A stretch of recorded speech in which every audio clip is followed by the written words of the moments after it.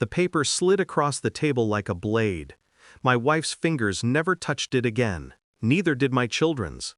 They sat back, 3 of them in a neat row, wearing smiles rehearsed in private. Cold, polite, final. "Dad," my oldest said softly, as if volume alone could bruise me. "It's just a formality, a life agreement," the title read.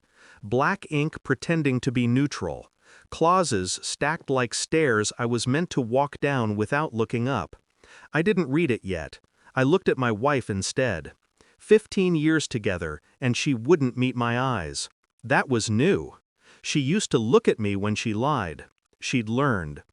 1 week before my birthday. Timing is never accidental. My chest stayed calm. Too calm. That hollow space inside me, the one that usually filled with noise, went quiet. That's when I knew something had already died. They thought I was cornered.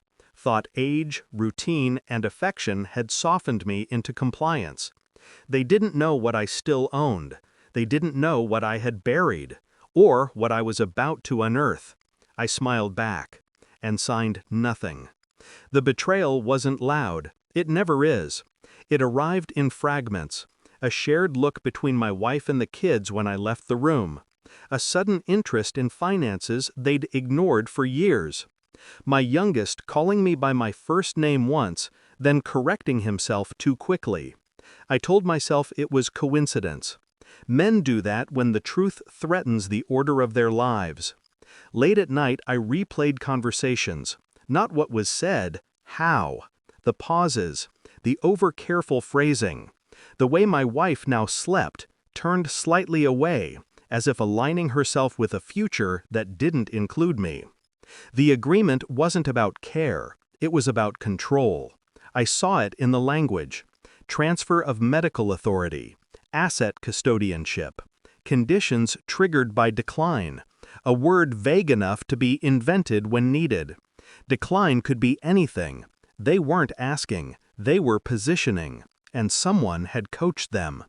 I started thinking of names, brothers, old friends, lawyers I'd never trusted. Then a worse thought surfaced, one I pressed down hard. The children. Too unified, too clean. Someone had prepared them. Someone I slept beside. I didn't confront, I watched. I let my routines stay dull. Morning coffee, evening news, nods at dinner. Externally obedient, internally surgical. I pulled phone records first. Nothing dramatic, just patterns. Calls she made from the car. Numbers saved under women's names. One number, unsaved, always deleted afterward. I hired a genealogist under the guise of updating family history. DNA kits arrived like harmless gifts. Christmas in summer. My wife laughed. "You've never cared about that stuff." "I'm trying," I said. That was true. I reviewed trust documents next. The old ones. The ones she'd never seen. 15 million, untouched, locked where signatures couldn't reach. Then the ranch, 820 acres, she thought I'd sold years ago. She believed the story because she needed it to be true. At night I planned. Not revenge, clarity. Revenge is emotional. Clarity is efficient. Results take time. Waiting is easy when anger has direction. The DNA reports arrived first. 3 envelopes, 3 confirmations, 0 biological connection. I didn't sit down, I didn't breathe heavier. I only felt the faint relief of being right when the worst possibility proves accurate. The phone records caught up days later. The unsaved number had a name after all. A former colleague, long gone, very present. I invited my wife into the study.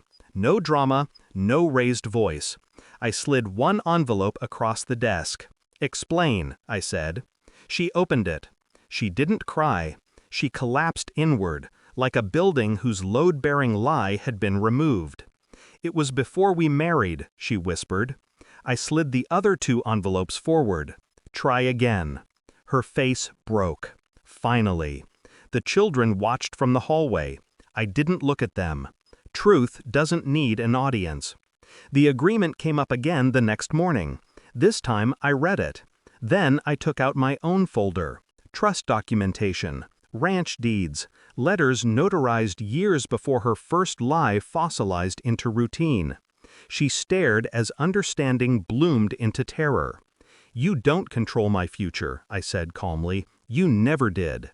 The house wasn't mine anymore. I'd already transferred it. To her, with conditions she hadn't read yet.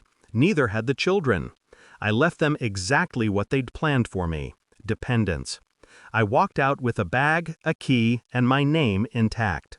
Behind me, something finally shattered. I live where the land stretches without asking permission, where silence isn't tense, it's earned. Sometimes I think about birthdays, about paper sliding across tables, about how betrayal always believes it's subtle. It never is. There's no hatred left. Hatred requires investment. I withdrew mine. What remains is clarity. Cold, complete.